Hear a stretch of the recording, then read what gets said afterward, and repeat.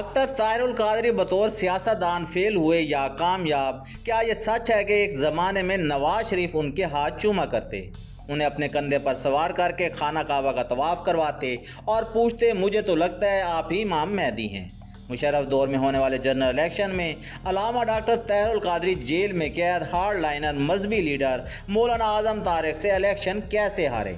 जब पाकिस्तानी एक्ट्रेस साइमा और सैयद नूर डॉक्टर ताहिरुल कादरी की सियासी जमात में शामिल हुए तो उस मौके पर सहाफ़ियों के साथ उनका फिल्मी सनत और इस्लामी निज़ाम हुकूमत के बारे में क्या यादगार मुकालमा हुआ था?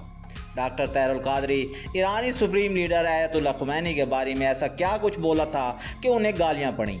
और हाँ, वो वाक़या कैसे है जब डॉक्टर ताहिरुल कादरी पर होने वाले मुबैना कातलाना हमले की जगह की फोरेंसिक करवाई गई तो वहाँ इंसान की बजाय बकरे का खून था। तो जनाब, आज की वीडियो में पाकिस्तान की मजहबी और सियासी शख्सियत अलामा डॉक्टर ताहिरुल कादरी की मुकम्मल सियासी कैरियर और उनकी ज़ाती ज़िंदगी की अहम तरीन मालूमात आपको मिलने वाली हैं। आप देख रहे हैं उर्दू अलर्ट्स और मैं हूं डॉक्टर इरफान अजीज़। आप मुझे इंस्टाग्राम पर फॉलो कर सकते हैं जिसका लिंक डिस्क्रिप्शन में दिया गया है। ये साल था 1951 का और फरवरी की 19 तारीख थी। इस रोज़ झांग सदर के कदीमी मोहल्ले में रहने वाले एक सफ़ेद पोश और पढ़े लिखे शख्स हकीम फरीदुद्दीन के घर में बच्चे ने आँख खोली, जिसका नाम मोहम्मद ताहिर रखा गया। उन्होंने अपनी इब्तदाई तालीम को झांग ही से हासिल की, फिर वो लाहौर चले आए। यहाँ मैं आपको बताता चलूँ कि डॉक्टर ताहिरुल कादरी के वालिद बुजुर्गवार मौलाना अब्दुलस्तार नियाज़ी के मुरीद थे और ये मौलाना नियाज़ी ही थे जिनकी सिफारिश पर ताहिरुल कादरी को पहली नौकरी मिली थी। वो साल 1974 में मौलाना नियाज़ी के शहर मियांवाली के गवर्नमेंट कॉलेज में पढ़ाने लगे, फिर कुछ अरसे बाद इस्तीफ़ा देकर लाहौर आ गए। अलामा ताहिरुल कादरी ने पंजाब यूनिवर्सिटी से डॉक्टरेट की डिग्री हासिल की और यहाँ बतौर लेक्चरर्स अपनी खिदमत देने लगे।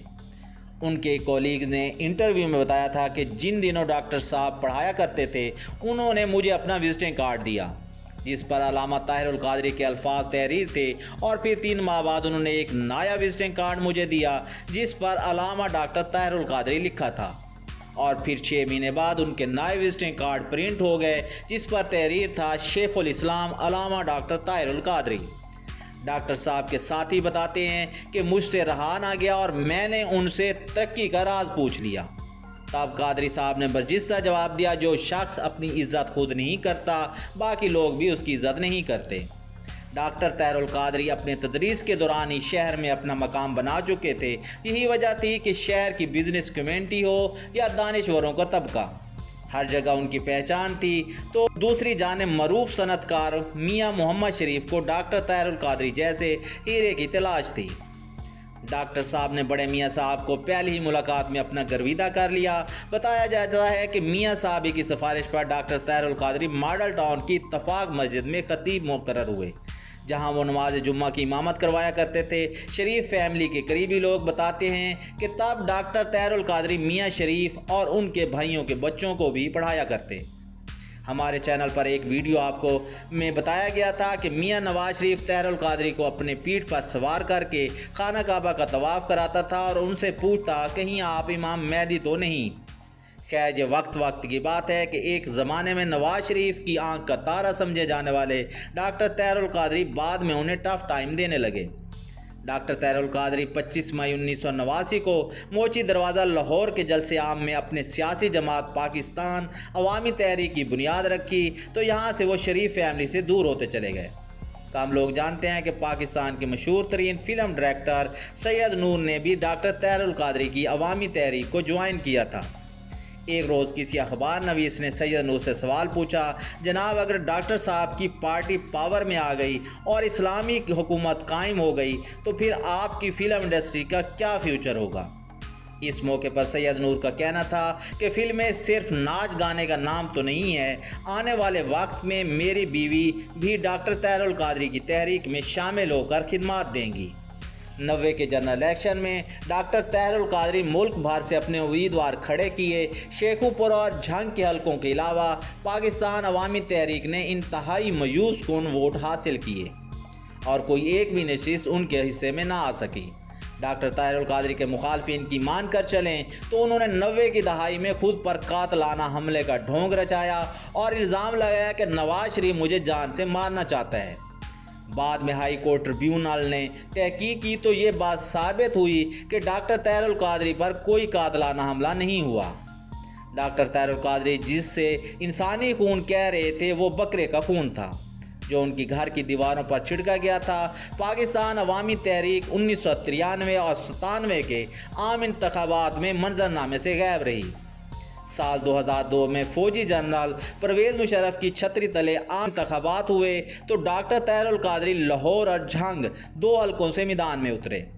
ट्रक के इंतखाबी निशान से कंटेस्ट करने वाले डॉक्टर तैरुल कादरी का मुकाबला लाहौर में अलीम खान जबकि झंग में मौलाना आज़म तारिक से हुआ।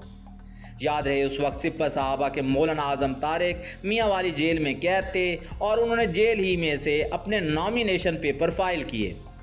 झंग डॉक्टर तैरुल कादरी का आबाई शहर था लेकिन उस वक्त झंग की सियासत पर सिपह का कंट्रोल था। ये बहुत ही कांटेदार मुकाबला होने को था। डॉक्टर साहब अपनी इलेक्शन कैंपेन को लीड कर रहे थे लेकिन उनके मद्दे मुकाबिल कैंडिडेट जेल में जुल्म सह रहा था। NA-89 झंग का रिजल्ट आया तो आज़ाद उम्मीदवार मौलाना आज़म तारिक 41,425 वोटों के मुकाबले में डॉक्टर तैरुल कादरी के बैलेट बॉक्स में 34,183 वोट पड़े और वो यूं शिकस्त खा गए। लाहौर वाले हल्का NA-127 में उन्होंने काफ लीग के अलीम खान के 20,545 वोटों के बदले में तकरीबन 25,000 वोट हासिल किए और यूं वो पहली बार MNA मुंतखब होकर पार्लियामेंट तक पहुँचे। ऐसा बताया जाता है कि डॉक्टर तैरुल कादरी वजारत उज़्मा के ख्वाहिशमंद थे। वो अलग बात है कि जनरल मुशर्रफ ने उन्हें वज़ीर आज़म की लिस्ट में भी सोचा नहीं था। इकलौती नशिस्त वाले डॉक्टर तैरुल कादरी ने अक्टूबर 2004 में परवेज़ मुशर्रफ के बैक वक्त आर्मी चीफ और सदर पाकिस्तान 2 ओहदे रखने पर एहतजाज करते हुए कौमी असम्बली की नशिस्त से इस्तीफ़ा दे दिया।